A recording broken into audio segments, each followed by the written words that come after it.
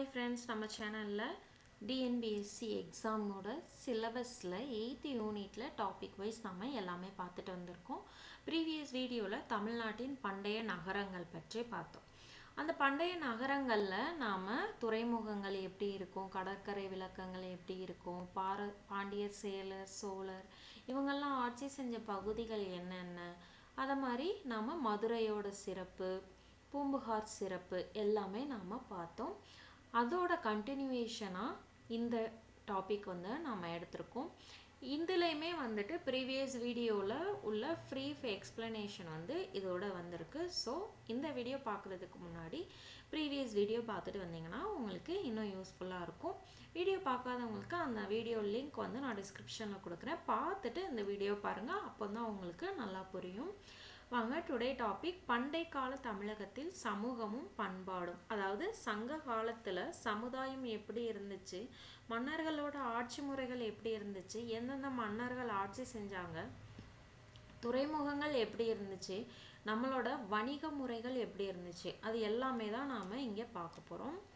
வாங்க ஃபர்ஸ்ட் என்ன பார்க்க போகிறோம் அப்படின்றத இங்கே ஃப்ரீ எக்ஸ்பிளனேஷனாக கொடுத்துருக்காங்க. என்னன்னு பாருங்கள். பண்டைய காலத்தில் தமிழ் சமுதாயம் எப்படி இருந்துச்சு அதை பற்றி நாம் தெரிஞ்சுக்க போகிறோம். அதோட அந்த சமுதாயம் இப்படி இருந்துச்சு அப்படின்றதுக்குரிய சான்றுகள் எங்கெங்கே இருந்து கிடச்சிச்சு, சங்க இலக்கியங்கள் எங்கேருந்து நம்ம எடுத்திருக்கோம், அது எல்லாமே நம்ம இங்கே பார்க்க போகிறோம். அதே மாதிரி சேர சோழ பாண்டிய அரசர்களோட ஆட்சி முறைகளை குறித்தும் அவங்க காலத்தில் வாழ்ந்த குறுநில மன்னர்களோட ஆட்சி முறை குறித்தும் நாம் தெரிஞ்சுக்க போகிறோம். பண்டைய காலத்தில் தமிழகத்தில் நிர்வாக முறை எப்படி இருந்துச்சு, அது மாதிரி தமிழகத்தின் பொருளாதார நிலைகள் எப்படி இருந்துச்சு, பொருளாதார நிலைகள் எப்படி இருந்துச்சுன்னு பற்றி நாம் தெரிஞ்சுக்க போகிறோம். சேர சோழ பாண்டியர்களுக்கு அடுத்து களப்பிரர்கள் வந்து ஆட்சிக்கு வந்தாங்க. அந்த களப்பிரர்களோட ஆட்சி காலம் எப்படி இருந்துச்சு, இது எல்லாமே தான் இங்கே பார்க்க போகிறோம். வாங்க வீடியோக்குள்ளே போகலாம். ஃபஸ்ட்டு சங்க காலம். நம்ம ஆல்ரெடி ப்ரீவியஸ் தமிழ்நாட்டின் பண்டைய நகரங்கள்லே வந்துட்டு நம்ம படிச்சிருக்கோம். தமிழுக்கு சங்கம் வளர்த்த நாடு என்னது? மதுரை. மதுரையோட பெருமைகளில் நாம் பார்த்துருக்கோம். எடுத்த உடனே நாம் இங்கே சங்கம் அப்படின்னா என்ன அப்படின்னு இங்கே பார்க்க போகிறோம். மதுரை பாண்டிய அரசர்களோட ஆதரவில் தமிழ் தலை தோங்கிய தமிழ் புலவர்களின் குழுமத்தை சுற்றுகிறது. அதாவது என்ன அப்படின்னா, மதுரையில் பாண்டியர்கள் வந்து தமிழுக்குன்னு சொல்லிட்டு ஒரு சங்கம் வளர்த்த நாடு தான் மதுரை. அங்கே சங்கத்தில் 42 புலவர்கள் வந்து பணியாற்றி இருக்காங்க கடை சங்கத்தில் அப்படின்னு நாம் தமிழ்நாட்டின் பண்டைய நகரங்கள் அந்த ப்ரீவியஸ் வீடியோவில் நாம் பார்த்துருப்போம். அந்த 42 புலவர்கள், ஃபார் எக்ஸாம்பிளுக்கு நான் சொல்கிறேன், அந்த 42 புலவர்களோட குழுமம், அதாவது அந்த 42 புலவர்களை தான் இவங்க வந்து சங்கம் அப்படின்னு சொல்கிறாங்க. அந்த சங்கத்தில் உள்ள புலவர்கள் இயற்றிய நூல்களை தான் நாம் சங்க இலக்கியம் அப்படின்னு சொல்கிறோம். இந்த பாடல்களை இயற்றப்பட்ட காலம் என்ன அப்படின்னா, அந்த காலத்தை தான் நாம் சங்க காலம் அப்படின்னு சொல்கிறோம். அதே மாதிரி முன்னாடி நூல்களை வந்து நம்ம எதில் இயற்றியிருப்பாங்க? ஓலைச்சுவடிகள், பனை ஓலைகள்ல இயற்றியிருப்பாங்க. அதை பாதுகாத்து நமக்கு ஒரு நூல் சுவடிகளாக நமக்கு இப்போ மாற்றி அமைச்சு கொடுத்துருக்காங்க. அது யார் யாருன்னு பார்க்கலாம். ஆறுமுக நாவலர், தாமோதரம் பிள்ளை, இவங்க இலங்கையில் உள்ள யாழ்ப்பாண நகரை சார்ந்தவர்கள். அவர்களோடு ஊவே சுவாமிநாத ஐயர், இவங்க 3 பேரும் தான் வந்துட்டு தமிழ் செவ்வியல் இலக்கியங்களை பண்டை கால தமிழ் நூல்ல இருந்து மீட்டெடுத்து நமக்கு ஒரு நூல்களாக பதிப்பிட்டு தந்திருக்காங்க. இதை வெளியிடுறதுக்கு அவங்களுக்கு பல ஆண்டுகள் செலவிட்டிருக்காங்க. ஓகேவா? இதை நல்லா ஞாபகம் வச்சுக்கோங்க, இது ரொம்ப இம்பார்ட்டண்டானது. அதுக்கப்புறம் நம்மளோட இலக்கியங்கள், அதுக்குரிய சான்றுகள் எங்கெங்கே இருந்து எடுத்திருக்கோம் அப்படின்னு நம்ம பார்க்கலாம். ஃபர்ஸ்ட் பாருங்க, கல்வெட்டுக்கள் கலிங்க நாட்டு அரசன் காரவேலனுடைய ஹதிகும்பா கல்வெட்டு, புகழூர் கல்வெட்டு, அசோகருடைய 2 மற்றும் 13ஆம் பேராணை கல்வெட்டுகள், மேலும் மாங்குளம், அழகர்மலை, கீழவளவு ஆகிய ஊர்களில் உள்ள கல்வெட்டுகள். இந்த மாங்குளம், அழகர்மலை, கீழவளவு எல்லாமே வந்து மதுரைக்கு பக்கத்தில் உள்ள ஊர். ஓகேவா? பக்கத்தில் உள்ள நகரங்கள்ல இருந்து நம்ம எல்லாமே எடுத்திருக்கோம். அடுத்து பாருங்க, செப்பேடுகள். என்னென்ன செப்பேடுகள் கண்டுபிடிச்சிருக்கோம் பாருங்க. வேள்விக்குடி மற்றும் சின்னமனூர் செப்பேடுகள். இந்த டேபிள் வந்து ரொம்ப ரொம்ப இம்பார்ட்டன்ட், நல்லா பார்த்து வச்சுக்கோங்க. இதுலேருந்து நிறைய கொஷின் கேட்க சான்சஸ் இருக்குது. அது மாதிரி நாணயங்கள் சங்க காலத்தை சேர்ந்த சேர சோழ பாண்டிய அரசர்களாலும் குறுநில மன்னர்களாலும் வெளியிடப்பட்ட நாணயங்களும் ரோமானிய நாணயங்களும் கண்டுபிடிக்கப்பட்டிருக்கு. நம்ம ஆல்ரெடி படிச்சிருக்கோம், ப்ரீவியஸ் வீடியோலேயே நாம் பார்த்துருக்கோம். ரோமானிய நாணயங்கள் தயாரிக்கிறதுக்குரிய தொழிற்சாலைகளுமே வந்துட்டு மதுரையில் இருந்திருக்கு அப்படின்னு நாம் பார்த்துருக்கோம். நெக்ஸ்ட் பாருங்க, பெருங்கற்கால நினைவு சின்னங்கள், புதைவிடங்கள், நடுங்கற்கள். பெருங்கற்காலம் அப்படின்னா என்ன அப்படின்னா இறந்தவர்களுக்கு ஒரு நினைவிடம் அமைத்தல். பெரிய கற்கள் வைத்து மேலே வட்டக்கல் அமைச்சு ஒரு நினைவிடம் தயாரிச்சாங்க.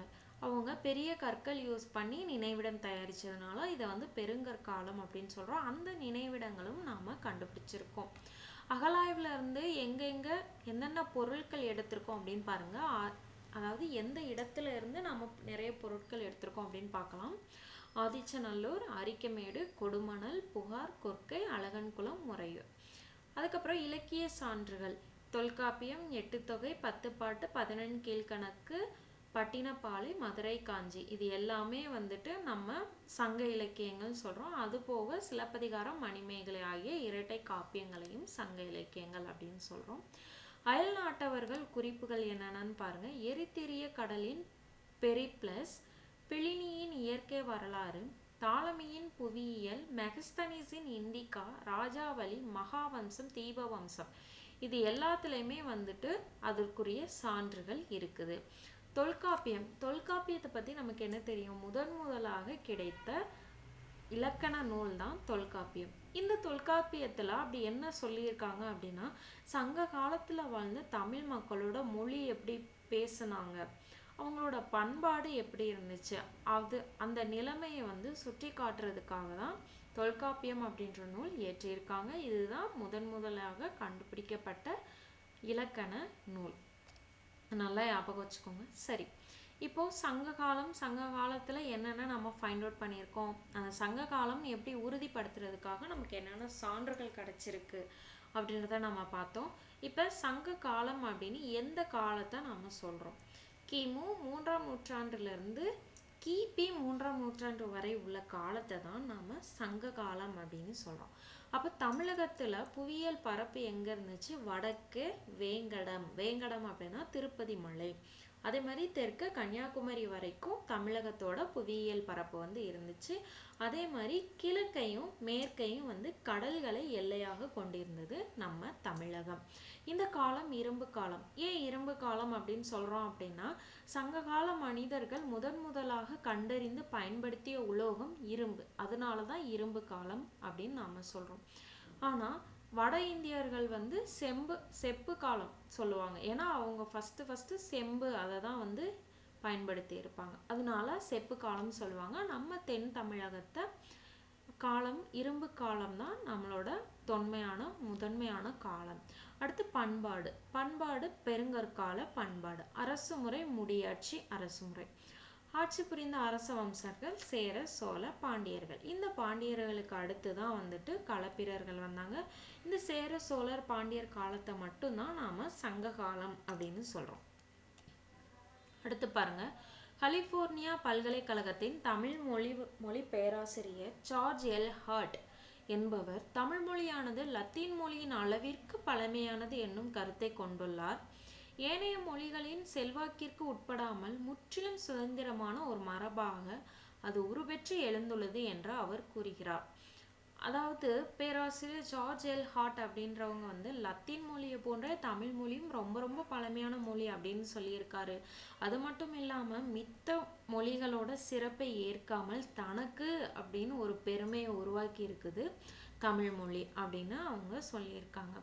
இப்போ சேரர்களை பத்தி நாம பார்க்க போறோம். சங்க காலத்துல மூவேந்தர்கள் தான் தமிழ் பகுதிகளை ஆட்சி செஞ்சாங்க அப்படின்றது நம்ம எல்லாத்துக்குமே தெரியும். வேந்தர் அப்படின்ற சொல் எதை குறிக்குது அப்படின்னா, சேரர் சோழர் பாண்டியர் இது எல்லாத்தையும் குறிப்பிடுவதற்காக பயன்படுத்தப்பட்டது தான் வேந்தர்கள். இப்போ சேரர்கள் வந்து தமிழகத்தை சேர்ந்த மத்திய மற்றும் வடக்கு திருவிதாங்கூர், கொச்சி, தெற்கு மலபார், கொங்கு மண்டலம் ஆகியவற்றை ஆண்டு இருக்காங்க. இதை பற்றி நாம 10 சேர அரசர்கள் குறித்த செய்திகளை கூறுகின்றது. ஓகேவா. சேர அரசன் செங்குட்டுவன் வந்து வட இந்தியா மீது படையெடுத்து சென்றிருக்காரு. இத சிலப்பதிகார காவிய பாத்திரமான கண்ணகிக்கு சிலை எடுப்பதற்காக சேரன் செங்குட்டுவர் இமயமலையிலிருந்து கற்களை கொண்டு வந்தார் அப்படின்ற ஒரு வரலாற்று பதிவும் நமக்கு இருக்கு. இந்த சேரர்கள் தான் பத்தினி தெய்வ வழிபாட்டை முதன்முறையாக அறிமுகம் செய்தவர்கள். இது வந்து ரொம்ப ரொம்ப இம்பார்ட்டன்ட். பத்தினி தெய்வ வழிபாட்டை அறிமுகம் செய்தவர் யார் அப்படின்னு நமக்கு கொஸ்டின் கேட்பாங்க, நல்லா ஞாபகம் வச்சுக்கோங்க. அது மட்டும் இல்லாம நமக்கு சிலப்பதிகாரத்தை இயற்றிய இளங்கோவடிகள் சேர மரபை சார்ந்தவர். ஏன்னா இளங்கோவடிகள் வந்து சேரன் செங்குட்டுவனின் தம்பி. இதுவும் நமக்கு கேட்பாங்க. அதே மாதிரி அவர் தான் வந்து சிலப்பதிகாரத்தோட ஆசிரியர். அடுத்து யாரை பார்க்க போறோம் அப்படின்னா சேரர் இரும்பொறை. சேரர் இரும்பொறை அப்படின்றவர் என்ன பண்ணாரு அப்படின்னா அவரோட பேர்லே வந்துட்டு நாணயங்களை வெளியிட்டு இருக்காரு. ஒரு சில நாணயங்கள்ல வந்துட்டு அவங்களோட சின்னமான வில்லும் அன்பும் பொறிக்கப்பட்டிருந்தது.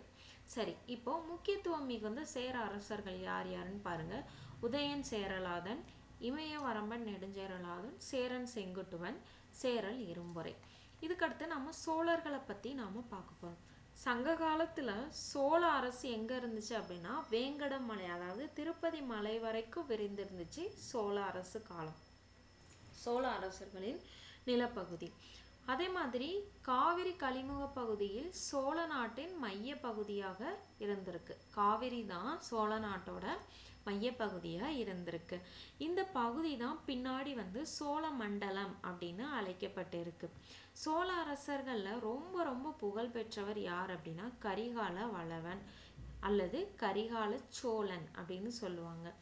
ஏன்னா அவர் தான் கல்லணையை கட்டியிருந்தாரு. ரெண்டாவது இவர் என்ன பண்ணாரு அப்படின்னா அவர்களை எதிர்த்த சேரர், பாண்டியர் மற்றும் அவங்கள ஆதரித்த 11 வேளிர்களோட கூட்டுப்படைய தஞ்சாவூர்ல வச்சு வெண்ணி அப்படின்ற சிற்றூர்ல வந்து தோற்கடிக்கிறாரு. அதனால கரிகால சோழன் தான் மிகவும் சிறப்பு வாய்ந்தவர். இவங்க வந்து காடுகள் எல்லாத்தையுமே வந்து விளைநிலங்களா மாற்றியிருக்காங்க. வேளாண்மையை மேம்படுத்துவதற்காக காவிரி ஆற்றில குறுக்க ஒரு கல்லணையை கட்டியவர் தான் கரிகால சோழன். சோழர்களோட துறைமுகம் வந்து புகார் அப்படின்ற பகுதியில இருக்கு. இது இந்திய பெருங்கடல்ல இருந்து பல பகுதிகள்ல இருந்து வணிகர்களை வந்து அது புகார் பகுதிக்கு ஈர்த்தது. பட்டினப்பாலை எனும் கீழ்கணக்கை சார்ந்த நூல் கரிகாலனின் ஆட்சியில் போது அங்கு நடைபெற்ற நடவடிக்கைகள் பற்றி விரிவான செய்திகளை வழங்குகின்றது. புரியுதா? அப்போ ஏற்றுமதி செய்யும் போதுல வணிக நடவடிக்கைகள் என்னென்ன பின்பற்றி இருக்காங்க அப்படின்றத நாம பட்டினப்பாலை அப்படின்ற நூல்ல இருந்து தெரிஞ்சுக்கலாம். Okay, next Kallanai. கல்லணை வந்து முழுவதுமாக கற்களால் கட்டப்பட்ட ஒரு தடுப்பணை. இது நீர்ப்பாசன வசதிக்காக வந்துட்டு கட்டியிருந்தாங்க. பாசனத்திற்காக கலிமுக பகுதி வழியாக நீரை திருப்பி விடுவதற்காக காவிரி ஆற்றின் குறுக்க தான் இந்த அணை வந்து கட்டப்பட்டது. கல்லணை வந்து கட்டப்பட்ட போது 69,000 ஏக்கர் நிலத்திற்கு அது வந்து நீர்ப்பாசன வசதியை வழங்கி இருக்குது. இதுதான் கல்லணையோட சிறப்பு.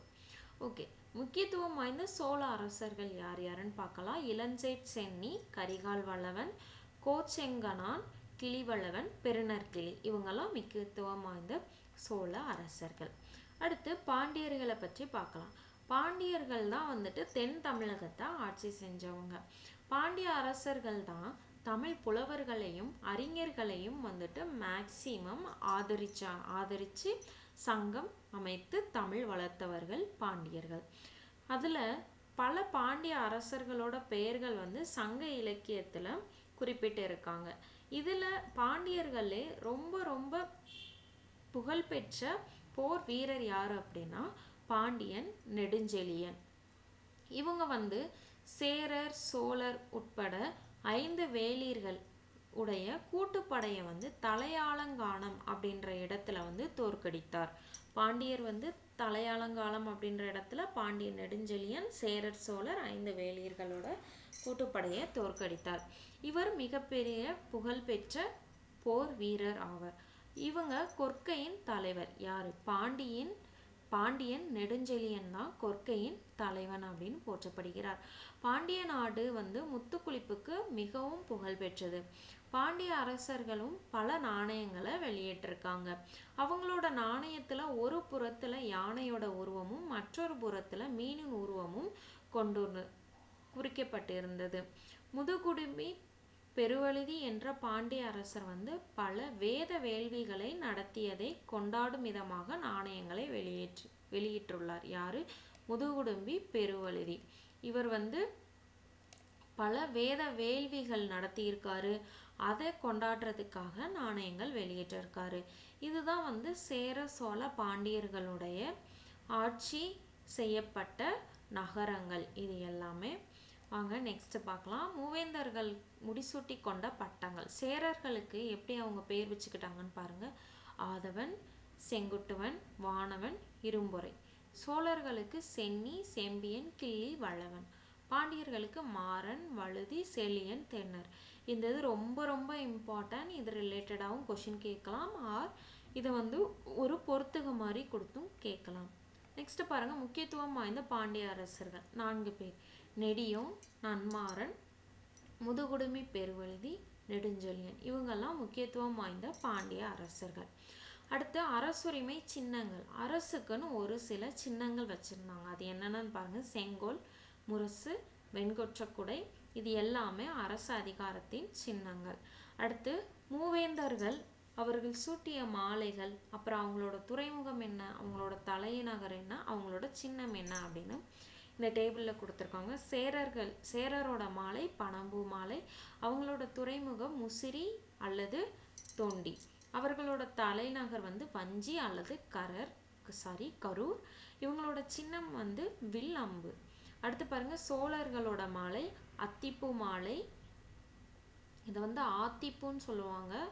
அடுத்து அவர்களோட துறைமுகம் புகார், தலைநகர் உறையூர் புகார், அவர்களோட சின்னம் புலி. பாண்டியர்களுடைய மாலை வேப்பம்பூ மாலை, அவர்களுடைய துறைமுகம் கொற்கை, தலைநகர் மதுரை, அவர்களோட சின்னம் 2 மீன்கள். அடுத்து பாருங்க, குறுநில மன்னர்கள். குறுநில மன்னர்கள் அப்படின்னா என்ன அப்படின்னா, மன்னர்களுக்கு கீழ் பணிபுரியக்கூடிய ஒரு சிறிய நிலத்துக்குரிய அரசரை தான் நம்ம என்ன சொல்லுவோம், குறுநில மன்னர்கள் அப்படின்னு சொல்லுவோம். அவங்க யார் யாருன்னு பாருங்க. ஆய், வேளிர், கிளார். முடிசூடிய இம்மூன்று அரசர்களை தவிர பல சுதந்திரமான நெஞ்சுரமிக்க சிறு குறுநில மன்னர்களும் இருந்திருக்காங்க.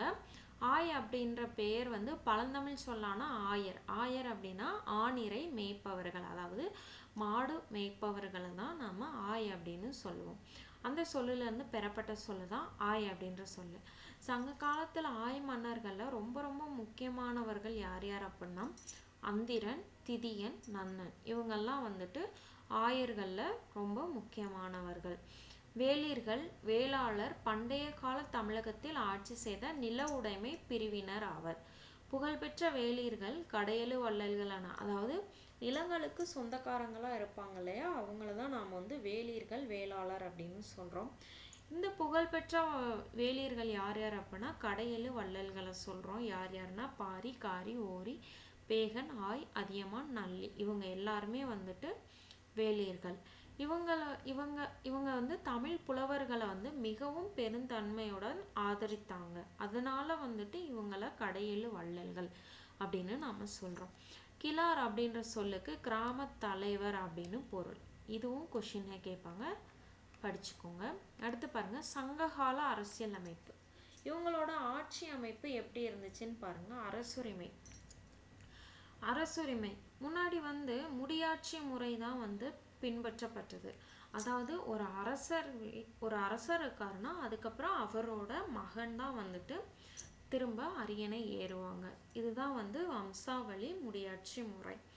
இதுதான் நாம பார்க்க போறோம். அரசுரிமை பரம்பரையானது. அரசுரிமை பரம்பரையானது, அதை தான் சொல்லியிருக்காங்க.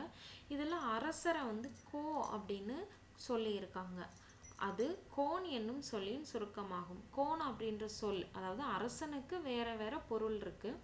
என்னென்னு பாருங்க. வேந்தன், கோன், மன்னன், கொற்றவன், இறைவன் என்ற வேறு பெயர்களாலும் அரசர் அழைக்கப்படுகிறார். இது எல்லாமே ஒரு பொருளுக்குரிய வேறு பெயர்கள். பொதுவாக ஆட்சி புரிஞ்சிட்டு இருக்க அரசரோட மூத்த பையன்தான் வந்து அடுத்து அரியணை ஏறி இருக்காங்க. இதுக்கு அவங்களுக்கு அரியணை ஏறும்போது பட்ட சூட்டப்படும் விழாவை வந்து அரசு கட்டில் ஏறுதல் அல்லது முடிசூட்டு விழா அப்படின்னு அழைச்சிருக்காங்க. பட்டத்து இளவரசரை வந்து கோமகன் அப்படின்னு சொல்லுவாங்க. அவங்களோட சகோதரர்கள் இருப்பார் இல்லையா, அவங்கள வந்து இளையோர், இளங்கோ, இளஞ்செழியன், இளஞ்சேரல் அப்படின்னு சொல்லியிருக்காங்க. அரசர் வந்து தினந்தோறும் வந்து அரசவையை கூட்டியிருக்காங்க. அங்க அரசவையில விவாதங்களை அதாவது பிரச்சனைகளுக்கு தீர்வுகளை வழங்கியிருக்காங்க. அனைத்து வழக்குகளையும் வந்து தீர்த்து வச்சிருக்காங்க. அரசுக்கு வரிகள் மூலம் வருமானம் வந்திருக்கு. இதுல ரொம்ப ரொம்ப முக்கியமானது நிலவரி. அதனாலதான் இந்த நிலவரியை இறை அப்படின்னு நாம சொல்றாங்க.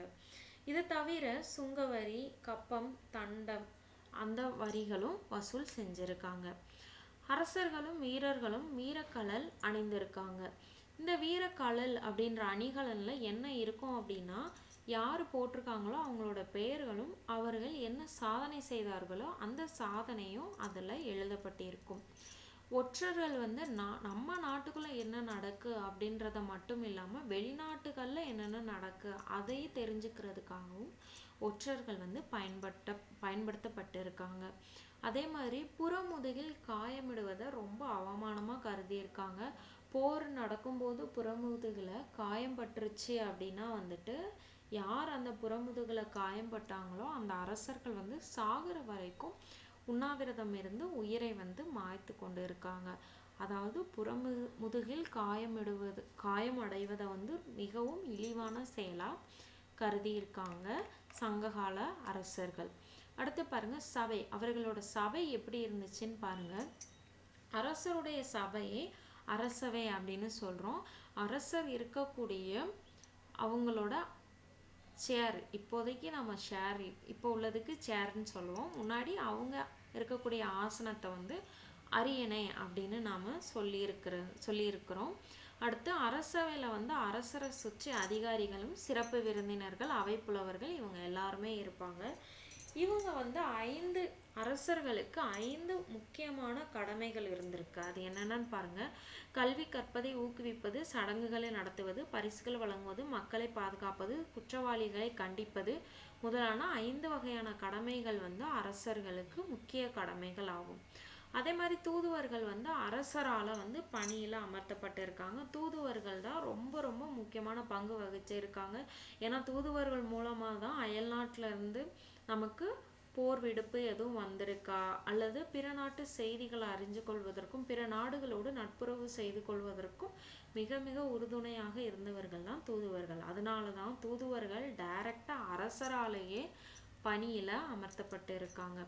அரசருக்கு நிர்வாகத்துக்கு உதவி செய்யறதுக்காக சில உதவி குழுக்களும் இருந்திருக்கு. அது என்னென்னா ஐம்பெருங்குழு, எண்பேராயம். அதாவது ஐம்பெருங்குழுல 5 உறுப்பினர் இருப்பாங்க, எண்பேராயம் அதுல 8 உறுப்பினர்கள் இருப்பாங்க. இந்த மாதிரி 2 குழுக்கள் வந்து அரசரோட நிர்வாகத்துக்கு உதவி புரிஞ்சிருக்காங்க. ஓகே, அடுத்து இவங்களோட படைகள் எப்படி இருந்துச்சுன்னு பாருங்க. அரசரோட படை அப்படின்னு எதை சொல்றோம் அப்படின்னா அவர்களோட இராணுவத்தை தான் நாம படை அப்படின்னு சொல்றோம். இந்த இராணுவத்தை 4 பிரிவா பிரிச்சிருக்காங்க. என்னென்னு பாருங்க. காலாட்படை, குதிரைப்படை, யானைப்படை, தேர்ப்படை. இது எல்லாமே வந்துட்டு அவங்க இராணுவத்தில் உள்ள 4 பிரிவுகள். படை தலைவர்கள் வந்து தானை தலைவன் அப்படின்னு சொல்லியிருக்காங்க. படைத்தலைவரை அந்த காலத்துல பயன்படுத்தப்பட்ட முக்கியமான ஆயுதங்கள் என்னென்ன அப்படின்னா வாள், கேடயம், தேமாரம், ஈட்டி, வில், அம்பு. இது எல்லாமே முன்னாடி பயன்படுத்தப்பட்ட ஆயுதங்கள். இதுல தேமாரம் அப்படின்னா என்ன அப்படின்னா கொஞ்ச தூரத்துல உள்ள எதிரின் மீது ஏவுகணை எப்படி போகுதோ அந்த மாதிரி வீசப்படக்கூடிய ஒரு ஆயுதம் தான் தேமாரம். அதே மாதிரி இந்த ஆயுதங்களை ஒரு இடத்துல ஸ்டோர் பண்ணி வச்சிருப்பாங்க இல்லையா, அந்த இடத்தை எப்படி சொல்லியிருக்காங்க அப்படின்னா படைக்கொட்டில் அப்படின்னு சொல்லியிருக்காங்க. அதே மாதிரி கோட்டைகள் வந்து மிகப்பெரிய அரண்கள். அரண் அப்படின்னா பாதுகாப்பு சுவர்களாலையும் அந்த சுவர்களுக்கு பக்கத்திலே வந்துட்டு ஆழமான நீரோடைகள், அதாவது அகழிகள்னு சொல்லுவாங்க, அந்த நீர் நிரப்பப்பட்ட அகழிகளாலும் பாதுகாத்திருக்காங்க. இந்த காலத்துல போர் முரசையும் கடவுளாகவே வந்து வணங்கி இருக்காங்க. இவங்களோட சட்டமும் நீதியும் எப்படி இருக்குன்னு பாருங்க. அரசர் தான் இறுதியான மேல்முறையீட்டு நீதிமன்றம். அதாவது அரசர் சொல்ற தீர்ப்பு தான் வந்து இங்க உறுதியானது. அதே மாதிரி தலைநகர்ல நீதிமன்றம் அவை அப்படின்னு அழைக்கப்பட்டு இருக்கு. கிராமங்கள்ல மன்றங்கள் என்பவை தீர்ப்பு வழங்கப்படும் இடங்களா இருந்திருக்கு. தண்டனைகள் வந்து சங்க காலத்துல எப்பவுமே ரொம்ப கடுமையாவே இருந்திருக்கு. சாதாரண திருட்டு வழக்குல கூட மரண தண்டனை தான் கொடுத்துருக்காங்க. அப்போ பாருங்க எந்த அளவுக்கு கடுமையான தண்டனைகள் இருந்திருக்கு அப்படின்னு. தண்டனைகளை பாருங்க, தலையை துண்டித்தல், உடல் உறுப்புகளை துண்டித்தல், சித்திரவதை செய்வது, சிறையில் அடைப்பது, அவதாரம் விதிப்பது, இது எல்லாமே வந்து குற்றங்களுக்கு வழங்கப்பட்ட தண்டனைகள். அடுத்து உள்ளாட்சி நிர்வாகம். உள்ளாட்சி நிர்வாகம் ஒரு அரசு அப்படின்னா இப்போ எப்படி ஒரு மாவட்டம், மாநிலம், மாநிலத்துக்கு கீழே மாவட்டம், மாவட்டத்துக்கு கீழே கிராமம், ஊராட்சி ஒன்றியம், அதுக்கப்புறம் கிராமம், பஞ்சாயத்து, அந்த மாதிரி இப்போ நம்ம பிரிச்சிருக்கோமோ அதே மாதிரி தான் இங்கேயும் வந்துட்டு உள்ளாட்சி நிர்வாகம் சொல்லி சில பகுதிகளை பிரிச்சிருக்காங்க. என்னென்னு பாருங்க. ஒட்டுமொத்த ஆட்சி பகுதியையும் வந்து மண்டலம் சொல்றாங்க. மண்டலத்தை வந்து திரும்ப நாடுகளா பிரிக்கிறாங்க. அந்த நாடுகளை தான் கூற்றங்களா பிரிக்கிறாங்க. கூற்றங்களுக்கு அப்புறம் தான் ஊர் அப்படின்னு பிரிக்கிறாங்க. இந்த ஊரை தான் நாம கிராமங்கள் அப்படின்னு சொல்றோம். இந்த கிராமத்தையே மூன்றா பிரிக்கிறாங்க. பேரூர் அப்படின்னா பெரிய கிராமம், சிற்றூர் அப்படின்னா சிறிய கிராமம், மூதூர் அப்படின்னா பழமையான கிராமம் அப்படின்னு கிராமங்களையும் மூன்றா பிரிச்சிருக்காங்க. அதே மாதிரி கடற்கரை பக்கத்துல உள்ள நகரங்களை வந்து பட்டினம் அப்படின்னு பொதுவா பெயர் வச்சு அழைத்திருக்காங்க. அது மட்டும் இல்லாம துறைமுகங்களை குறிக்கும் இடத்தை வந்து பொதுவா புகார் அப்படின்னு சொல்லியிருக்காங்க. இதுல முக்கியமான நகரங்கள் என்னென்ன பாருங்க. புகார், உறையூர், கொர்க்கை, மதுரை, முசிறி, வஞ்சி அல்லது கரூர், காஞ்சி, இது எல்லாமே முக்கியமான நகரங்கள். அதே மாதிரி சங்க காலத்தை சார்ந்த நிலத்தை எப்படி பிரிச்சிருக்காங்க அப்படின்னு பாருங்க. நிலம் வந்து 5 திணைகளாக நம்ம ஆல்ரெடி படிச்சிருக்கோம். குறிஞ்சி, முல்லை, மருதம், நெய்தல், பாலை. இதை வந்து மண்ணின் வளத்தை பொறுத்து அந்த நிலம் வந்து எப்படிப்பட்டது அப்படின்னு வகைப்படுத்தி இருக்காங்க பாருங்க. மருத நிலத்தை மென்புலம் அப்படின்னு சொல்றாங்க. ஏன் அப்படின்னா அங்க நன்சை பயிர்கள்னா என்ன? நெல்லு, கரும்பு. மருத நிலத்துல நெல்லு, கரும்பு மட்டும்தான் விளைவிக்க முடியும். மித்த எல்லாம் நெய்தல் தவிர, நெய்தல்னா கடலும் கடல் சார்ந்த இடமும், அந்த பகுதியை தவிர மீதமுள்ள குறிஞ்சி, முல்லை, பாலை, இது எல்லாத்தையுமே வந்துட்டு புன்சை அப்படின்னு சொல்றாங்க. வன்புலம் அப்படின்னு அழைச்சிருக்காங்க. ஏன்னா அங்க புன்சை பயிர்களான சிறுதானியங்கள், பருப்பு வகைகளை மட்டும்தான் விளைவிக்க முடியும். ஓகேவா? அடுத்து பாருங்க. இந்த நிலங்களும் தொழில்கள், அந்த மக்கள், அங்க உள்ள கடவுள், இது எல்லாத்தையும் இந்த டேபிள்ல கொடுத்துருக்காங்க. குறிஞ்சி நிலம் மலையும் மலை சார்ந்த நிலமும் தான் குறிஞ்சின்னு சொல்றோம். அவங்களோட தொழில் வேட்டையாடுதல், சேகரித்தல். அவங்கள மக்கள் வந்து குறவர் குறத்தியரா இருந்தாங்க. அவங்களோட கடவுள் முருகன். முல்லை காடும் காடு சார்ந்த இடமும், அவங்களோட தொழில் ஆணிரை மேய்த்தல். அங்க வாழ்ந்த மக்களோட எப்படி அழைச்சாங்க அப்படின்னா ஆயர், ஆய்ச்சியர் அப்படின்னு அழைத்து இருக்காங்க. அங்க கடவுள் மாயும். அடுத்து மருதம் வயலும் வயல் சார்ந்த இடமும், அங்க அவங்களுக்கு தொழில் வேளாண்மை. இங்க உள்ள மக்களை உழவன், உலத்தியர் அப்படின்னு கூப்பிட்டுருக்காங்க. அவங்களோட கடவுள் இந்திரன். அடுத்து நெய்தல் வந்து கடலும் கடல் சார்ந்த பகுதியும், இவங்களோட தொழில் மீன் பிடித்தல், உப்பு உற்பத்தி செய்தல். இங்க உள்ள மக்களை பரதவர், நுளத்தியர் அப்படின்னு சொல்லியிருக்காங்க, அல்லது பரத்தியர்னு சொல்லுவாங்க. இங்க உள்ள கடவுள் வருணன். அது மாதிரி பாலை நிலத்துக்கு வறண்ட நிலம் அல்லது மணல் சார்ந்த இடம்னு சொல்லுவாங்க. இங்க தொழில்கள் வந்து வீரச் செயல்கள். இங்க வாழ்ந்த மக்களை எப்படி சொல்லியிருக்காங்க அப்படின்னா மறவர், மரத்தியர்னு சொல்லியிருக்காங்க. இவங்களோட கடவுள் வந்து கொற்றாய். இந்த டேபிள் நல்லா பார்த்துக்கோங்க. இதுல இருந்து கண்டிப்பா கொஸ்டின் வந்துட்டே இருக்கு ரிப்பீட்டடா. ஓகே, நெக்ஸ்ட் சங்க காலத்தில் வாழ்ந்த பெண்களின் நிலைமை. சங்க காலத்துல பெண்களுக்குன்னு சில கட்டுப்பாடுகள் எதுவுமே இல்லை. அங்க கற்றறிந்த பெண்கள், அறிவு கூர்மையுள்ள பெண்களும் இருந்திருக்காங்க. 40 பெண்பார் புலவர்கள் வந்து நமக்கு அரிய நூல்களை கொடுத்து சென்றிருக்காங்க. எங்க சங்க காலத்தில் வாழ்ந்த 40 பெண்பார் புலவர்கள். அத மாதிரி அங்க சங்க காலத்துல திருமணம் வந்து அவங்களோட சொந்த விருப்பத்தை சார்ந்து அமைஞ்சிருக்கு. இருந்தாலும் கற்பு அப்படின்றது பெண்களோட மிகச்சிறந்த ஒழுக்கமா கருதி இருக்காங்க. அதே மாதிரி பெற்றோர்களோட சொத்துக்கள் வந்து மகனுக்கும் மகளுக்கும் சமமான பங்கு கொடுத்துருக்காங்க. அதே மாதிரி சங்க காலத்துல வாழ்ந்த பெண்பார் புலவர்கள் யார் யாருன்னு பாருங்க.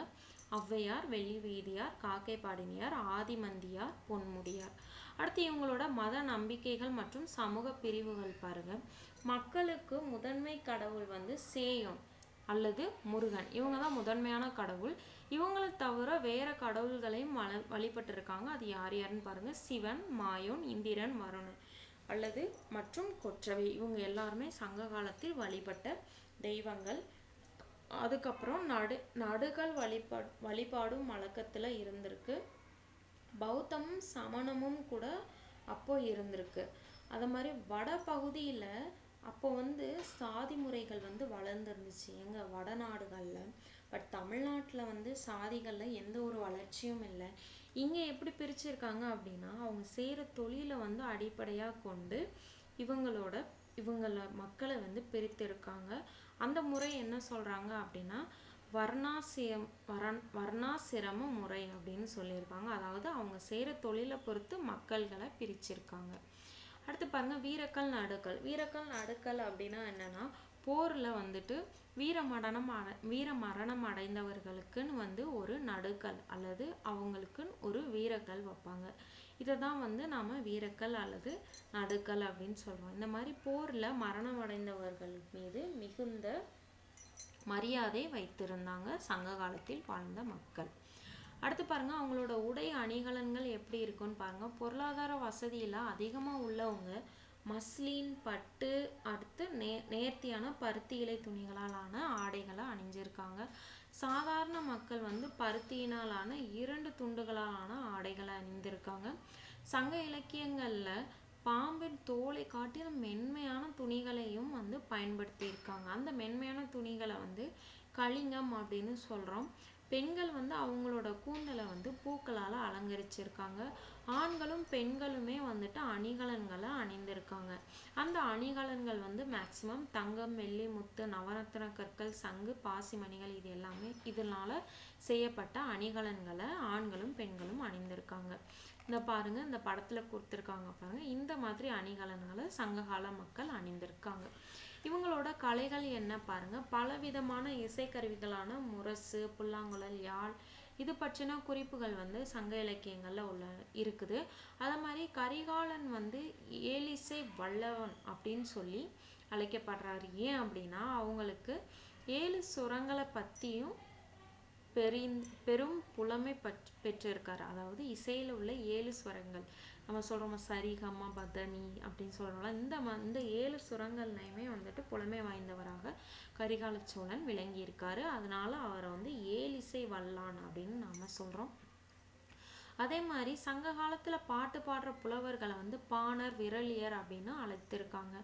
கணிகையர் வந்து நடனத்தை நிகழ்த்தி இருக்காங்க. அது மாதிரி கூத்து தான் சங்ககால மக்களுக்கு மிக மிக பெரிதான ஒரு பொழுதுபோக்கு.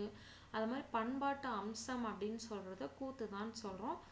அத மாதிரி இவங்க தான் வந்துட்டு முத்தமிழ் அப்படின்ற கோட்பாட்டை உருவாக்கியிருக்காங்க. முத்தமிழ்னா இயல், இசை, நாடகம்.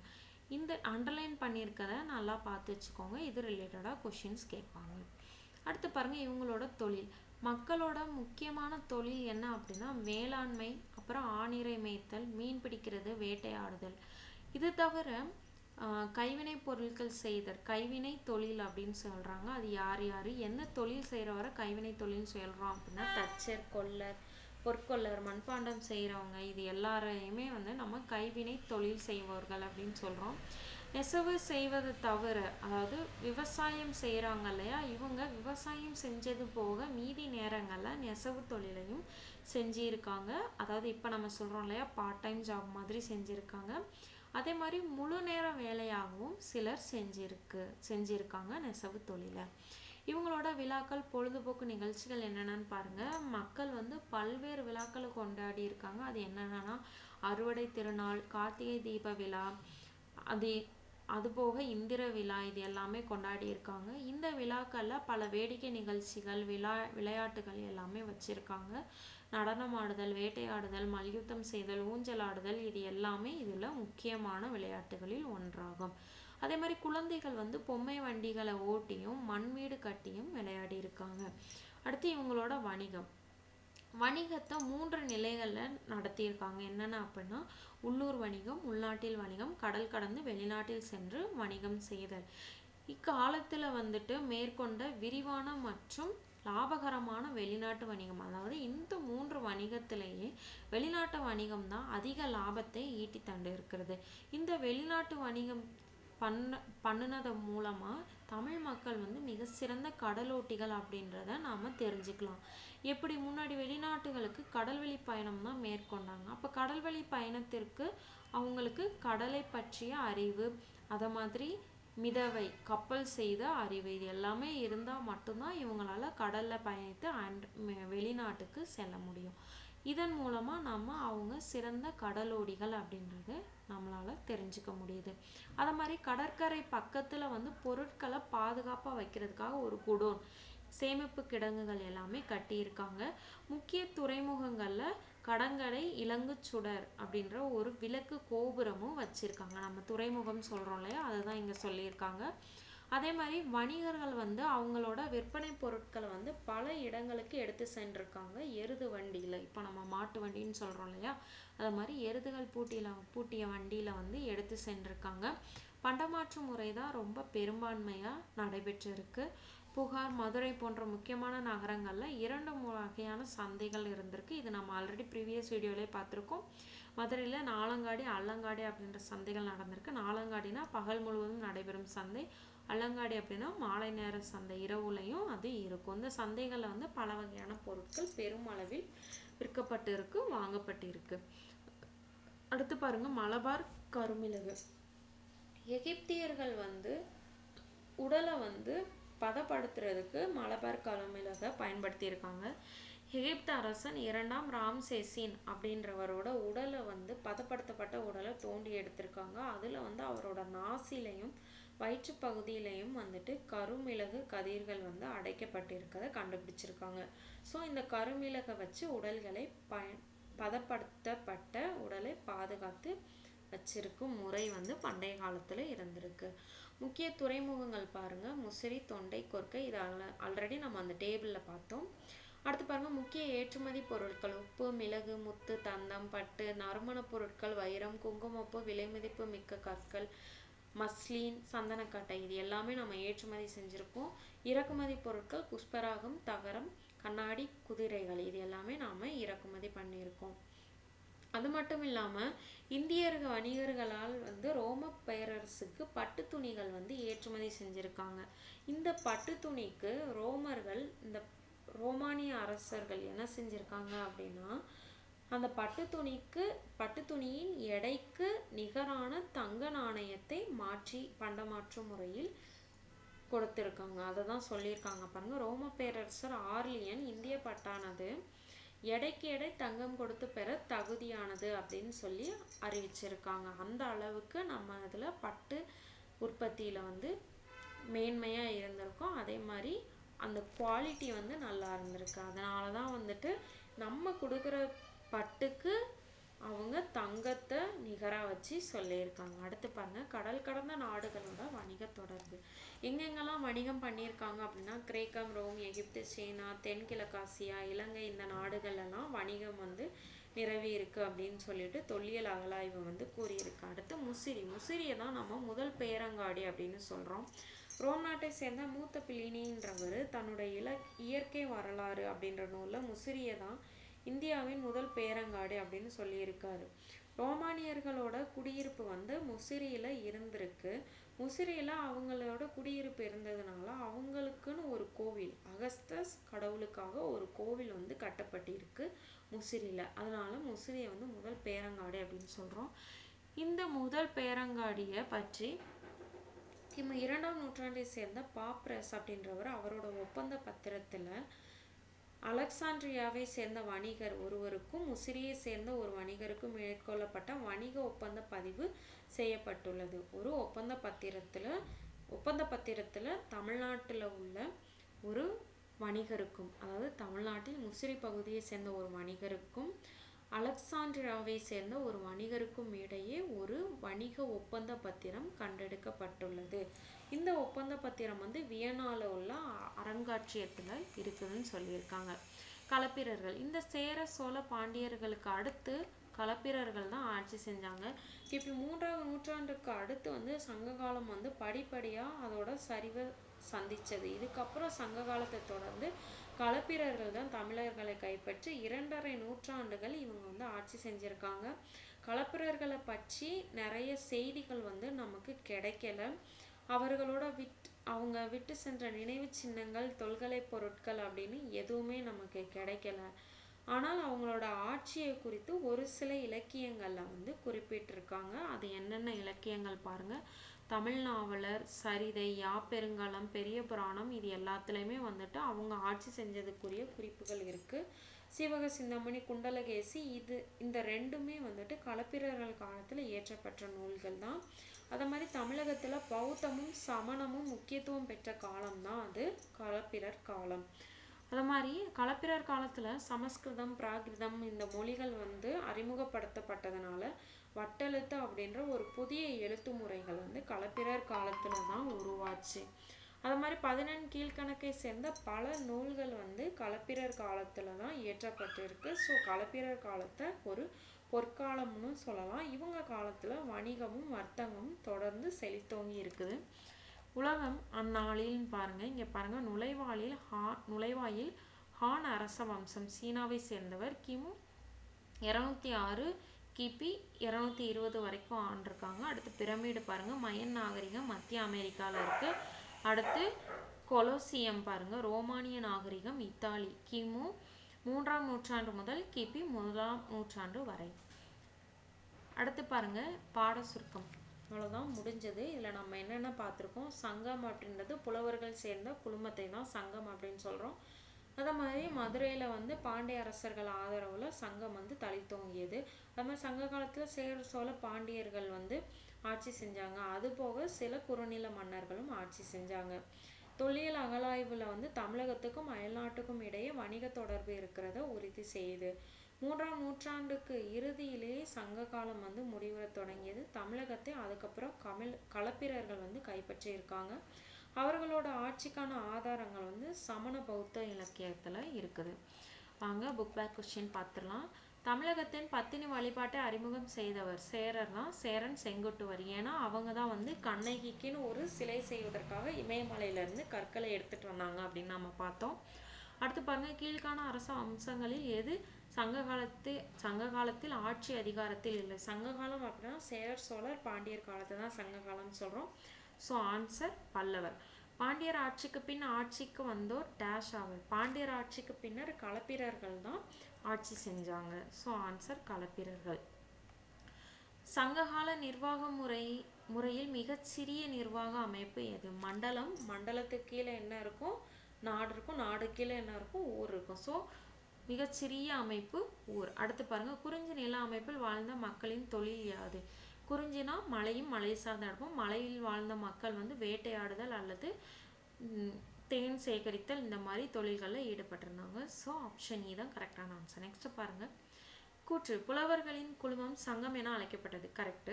சங்க இலக்கியங்களில் மொழி தமிழ் ஆகும். இதுவும் கரெக்ட். ஸோ கூற்றும் காரணமும் சரி. காரணம் கூற்றுக்கான சரியான விளக்கம். இது ஆன்சர். கீழ்காணும் கூற்றுகளில் எவை உண்மையானவை அல்ல? கரிகாலன் தலையாலங்கானம் போரில் வெற்றி பெற்றான். இது கரிகாலன் கிடையாது, பாண்டியன் நெடுஞ்செழியன் தான் வெற்றி பெற்றாங்க. ஸோ இது தவறு. பதிச்சுப்பற்று சேர அரசர்கள் பற்றிய விவரங்களை வழங்குகின்றது. இது கரெக்டு. சங்க காலத்தை சேர்ந்த பழமையான இலக்கியங்கள் பெரும்பாலும் உரைநடையில் எழுதப்பட்டன. இது தவறு.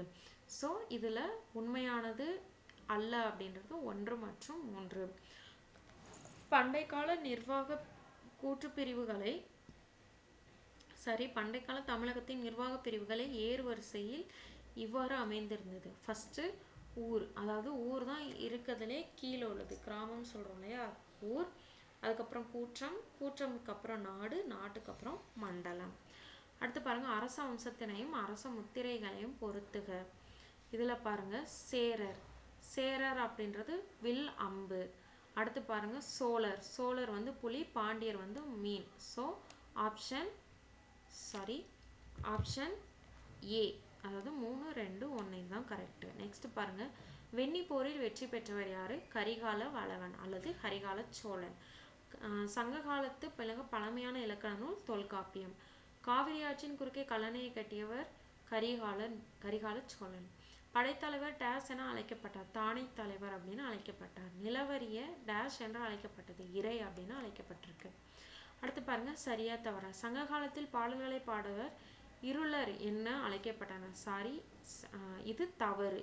ஏன்னா எப்படி அழைச்சிருப்பாங்க? பாணர் அல்லது விரலியர் அப்படின்னு சொல்லியிருப்பாங்க. அது மாதிரி சாதி முறை சங்க காலத்தில் வளர்ச்சி பெற்றது. இதுவும் தவறு. கிளார் என்பவர் கிராம தலைவர் ஆவார். இது கரெக்டு. புகார் என்பது நகரங்களின் பொதுவான பெயராகும். இது தவறு. புகார் அப்படின்றது துறைமுக நகரங்களோட பொது பெயர் தான் புகார். ஸோ இது தவறு. கடற்கரை பகுதிகளை மருதம் என அழைக்கப்பட்டன. இதுவும் தவறு. கடற்கரை பகுதிகளை பட்டினம் அப்படின்னு அழைச்சோம். அடுத்து பொறுத்துக. தென்னர் அப்படின்னா பாண்டியர்கள், வானவர் அப்படின்னா சேரர், சென்னி அப்படின்னா சோழர், அதியமான் அப்படின்னா வேலர். ஓகே ஃப்ரெண்ட்ஸ், வேலி. ஓகே ஃப்ரெண்ட்ஸ், இந்த வீடியோ உங்களுக்கு பிடிச்சிருக்கும் நம்புறேன். வீடியோ பிடிச்சிருந்தா சப்ஸ்கிரைப் பண்ணுங்கள், லைக் பண்ணுங்கள், ஷேர் பண்ணுங்கள். தேங்க்யூ.